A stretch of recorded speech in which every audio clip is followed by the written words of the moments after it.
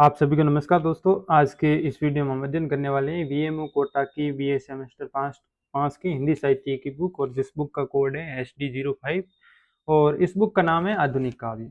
और इस बुक से एग्जाम आने वाले महत्वपूर्ण प्रश्नों का आज के इस वीडियो में अध्ययन करने वाले हैं। सबसे पहले इस बुक की इंडेक्स को देख लेते हैं कि इस बुक में टोटल कितनी यूनिट है। जैसा कि आपको इस स्क्रीन पर एक साइड में इस बुक की इंडेक्स दिखाई दे रही होगी, और दूसरी साइड इस कोटा ओपन की पितानी वन वीक सीरीज की पीडीएफ की जो फर्स्ट पेज है वो दिखाई दे रहा होगा। जैसा कि आप इंडेक्स देख पा रहे हैं, तो इसमें टोटल इस बुक में 16 यूनिट है, और पहली यूनिट का नाम आधुनिक काव्य और पृष्ठभूमि है। और ये जो बुक है 3 खंड में विभाजित है, खंड क, ख और ग। इस प्रकार ये आपको सिलेबस है, आप देख सकते हैं इस बुक का। महत्वपूर्ण प्रश्न अध्ययन करने से पहले एक महत्वपूर्ण जानकारी, अगर आपकी परीक्षा नज़दीक है और आपके पास तैयारी करने के लिए बहुत कम टाइम बचा है, तो सबसे बड़ा सवाल यही होता है कि क्या पढ़े क्या छोड़े और किन प्रश्नों को आपको पढ़ना है। तो इसी समस्या को ध्यान में रखते हुए पितानी वन वीक सीरीज तैयार की गई है। इसकी पीडीएफ कैसे डाउनलोड करनी है वो भी आपको बताने वाला हूँ। अब आप सोच रहे होंगे कि इसी वन वीक सीरीज के बारे में आपको क्यों बता रहा हूँ, क्योंकि इस वन वीक सीरीज में आपको मिलने वाली है यूनिट वाइज सरल एवं सहज भाषा में अध्ययन सामग्री, परीक्षा उपयोगी महत्वपूर्ण प्रश्न, पिछले वर्षों के प्रश्नों पर आधारित सामग्री और परीक्षा पैटर्न के अनुसार व्यवस्थित कंटेंट, जिससे आप कम समय में बेहतर तैयारी कर सके और परीक्षा में बेहतर अंक प्राप्त कर सके। अब बात रही कि इस वन वीक सीरीज की पीडीएफ आपको कैसे डाउनलोड करनी है। तो पीडीएफ डाउनलोड करने के लिए आपको सबसे पहले प्ले स्टोर से पितानी एजुकेशन ऐप को डाउनलोड करना है, और उसके बाद अगर आप नए यूजर है तो पहले अपना रजिस्ट्रेशन पूरा करें, उसके बाद मोबाइल नंबर और पासवर्ड से ऐप को लॉगिन करें। लॉगिन होने के बाद आपको होम पेज पे जाए, और होम पेज पे ई बुक सेक्शन पर जाना है और अपना सब्जेक्ट सेलेक्ट करना है। और सब्जेक्ट सेलेक्ट करने से पहले आप इस बुक की पीडीएफ डेमो भी देख सकते हैं, और फिर आपको बाय नाउ बटन पर क्लिक करके और पेमेंट करना। पेमेंट करते ही आपको पीडीएफ पढ़ने के लिए उपलब्ध हो जाएगी हाथों हाथ। ऐप डाउनलोड करने के लिए आपको नीचे डिस्क्रिप्शन बॉक्स में लिंक दिया गया, आप वहां से सीधे ऐप डाउनलोड कर सकते हैं, या होम पेज पे जो क्यूआर कोड स्कैन करके भी ऐप डाउनलोड कर सकते हैं। अब अध्ययन करते हैं एग्जाम आने वाले महत्वपूर्ण प्रश्न।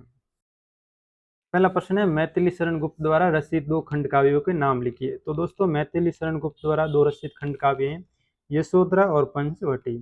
दूसरा प्रश्न है, आधुनिक काल में हिंदी साहित्य में ब्रज भाषा का स्थान किस बोली ने ग्रहण किया है। तो इसका राइट आंसर है खड़ी खड़ी बोली ने। यानी आधुनिक काल में हिंदी साहित्य में ब्रज भाषा का स्थान किस बोली ने ग्रहण किया, वो खड़ी बोली ने। अब दूसरा प्रश्न, तीसरा प्रश्न है, किन्हीं 2 लंबी कविताओं के नाम लिखिए। या प्रश्न ऐसे भी पूछ सकते हैं कि किन्हीं 2 लंबी कविताओं के नाम लिखते हुए उनके कवि सहित, यानी कवि सहित नाम लिखने हैं। तो ये दिसंबर में पूछा गया एग्जाम प्रश्न, ये जून 2020 में पूछा गया प्रश्न है। तो किन्हीं 4 लंबी कविताओं के नाम है, उनके कवि है। तो परिवर्तन है कविता है, उनके कवि का नाम सुमित्रानंद पंत है। प्रलय की शायद ये जयशंकर प्रसिद्ध द्वारा रचित कविता है।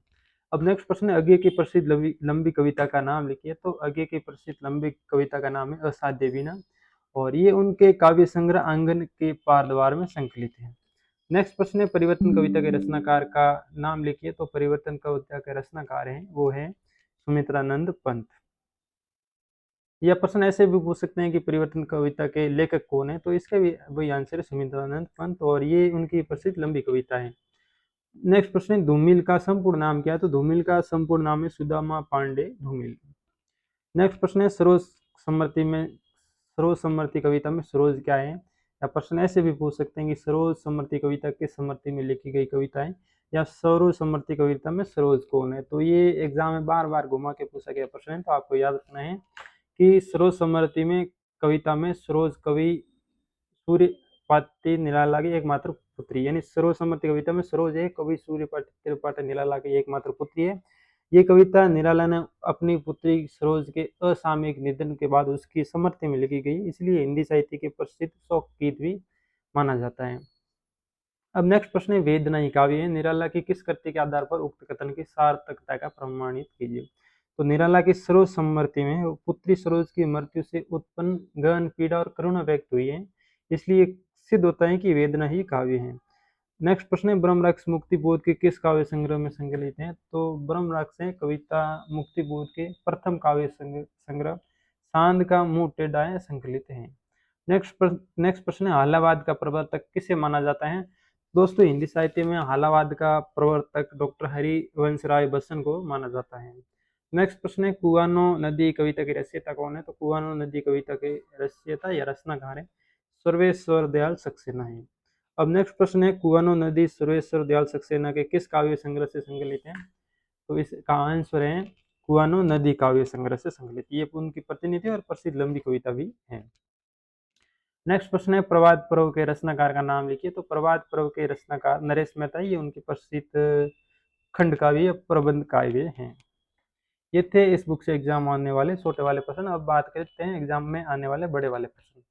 तो बड़े वाले प्रश्नों में पहला प्रश्न है आधुनिक काव्य के पृष्ठभूमि संक्षेप में लिखिए। तो ये प्रश्न एग्जाम में कई बार पूछा गया है। लंबी कविता की विशेषता बताते हुए इन्हीं 5 लंबी कविता को परिचय दीजिए। खंड काव्य के स्वरूप स्पष्ट करते हुए उनकी परंपराएं विकास को समझिए। व्याख्याएं अभी तो मुकुट बंधा था मात, ये इस प्रकार की व्याख्या भी एग्जाम में बार बार पूछी गई। परिवर्तन कविता के अनुभूति पक्ष अभिव्यक्ति पक्ष पर टिप्पणी के लिए ये और व्याख्या वाला प्रश्न है। और ये सर्वसम्मति अभिनय पक्ष ब्रह्मराक्ष कविता का सारांश लिखना है। और नाखून दिन भर दिन बढ़ते जा रहे, ये व्याख्या वाला प्रश्न है। तो इन प्रश्नों के आप स्क्रीनशॉट भी ले सकते हैं।